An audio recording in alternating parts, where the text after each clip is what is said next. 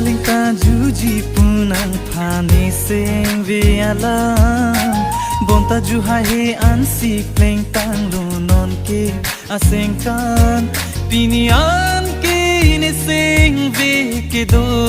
me ko an bai pu anang phani seng ve kang sa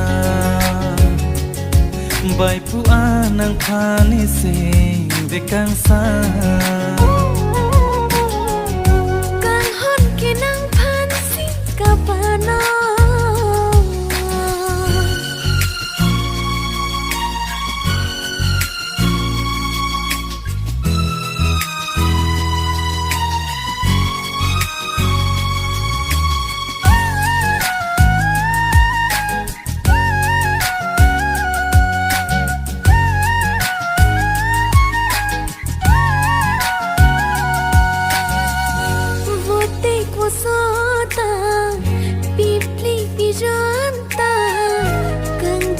Sing vi karong ka patela son sing sing vi non malong kai kita kang janji puhanan sing vi alonga oh sing vi amung ni kapang ruman kai ke kapang rum ku ane kisung kumat ajoy ni o kang honde laki nang joy ni kang hon kinang pansi kapano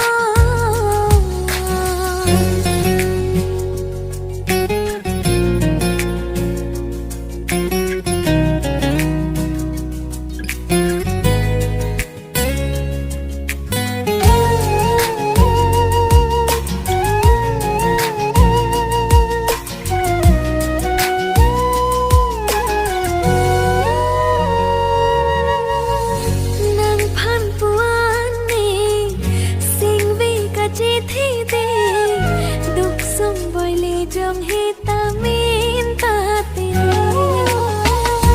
aho kakang hon kilong ki joy ki bontang ni kang hon ki nang phan prayone lang roi kili ki jut lo pu chi than the son sine chi the do ti ke jing hon vergine o kang hon deng ji de pia se me kang hon ki nang phan si kapano kapri kabiti ni kayano bonta nang si via kang hon komata phan si kapano doma ni phan masapo kang hon maling tajuji punang phani seng ve alam